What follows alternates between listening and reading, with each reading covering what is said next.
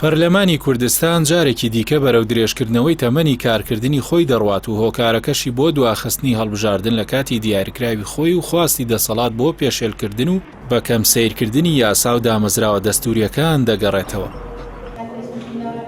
هەرچەندە لە شوباتی ڕابردوو سەرۆکی هەرێمی کوردستان لە مەرسومێکدا ڕۆژی 1 تشرین یەکەمی ئەم ساڵی وەک ڕۆژی هەڵبژاردنی پەرلەمانی کوردستان دیاری کرد، بەڵام لە ماوەی 6 مانگ و 9 ڕۆژدا حکومەت و کۆمیسیۆنی هەڵبژاردن و ڕاپرسی هەرێم ئامادەکاریان بۆ ئەو هەڵبژاردنە نەکرد و ئەمەش بووە هۆیەوەی خولی پێنجەمی پەرلەمانی کوردستان بچێتە پاڵ خولەکانی پێشوو کە هەر یەکەیان بە پاساوێک ماوەیان بۆ درێژ کراوەتەوە.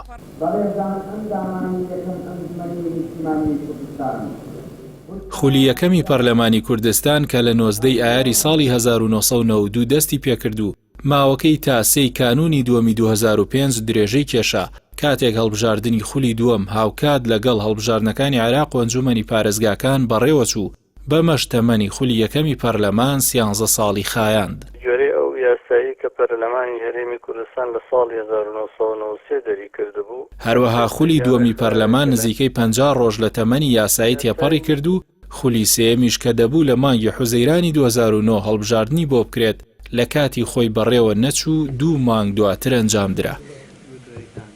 خولی چوارەمی پەرلەمانیش لە 21 ئەیلولی 2013 بەڕێوە چوو، بەڵام لە پای هەوڵەکانی بۆ هەموارکردنەوەی یاسای سەرۆکایەتی هەرێم پەرلەمان نەیتوانی درێژە بەکارەکانی بدات و پەرلەمان لەلایەن پارتیەوە پەکخرا. بەهۆی ناکۆکی زۆری نێوان لایەنە سیاسیەکان و کردنی هەڵبژاردن بە پرسێکی سیاسی و تێکەڵکردنی بە هاوکێشە سیاسیەکان، دیسان هەڵبژاردننی پەرلەمان لە کاتی خۆیدا ئەنجام نەدرا و نزیکەی 2 مانگ دواخرا. بەمەش تەمەنی ئەو خولەی پەرلەمان هاوشێوی خولی یەکەم درێژکرایەوە. پەرلەمانی کوردستان تا ئێستا 5 خولی هەڵبژاردننی بەڕێوە بردووە و لە خولی یەکەمدا 9 ساڵ و لە خولی چوارەمدا نزیکەی 10 مانگ تەمەنی درێژ کراوەتەوە. جگەلەوەی بە کۆی خولەکانی پەرلەمان درێژکردنەوەی تەمەنی دامەزراوەکە بە شێوەی یاسایی و نایاسایی 10 ساڵ زیاتر بووە لەو ماوەی دەبوو بەڕێی بکردە.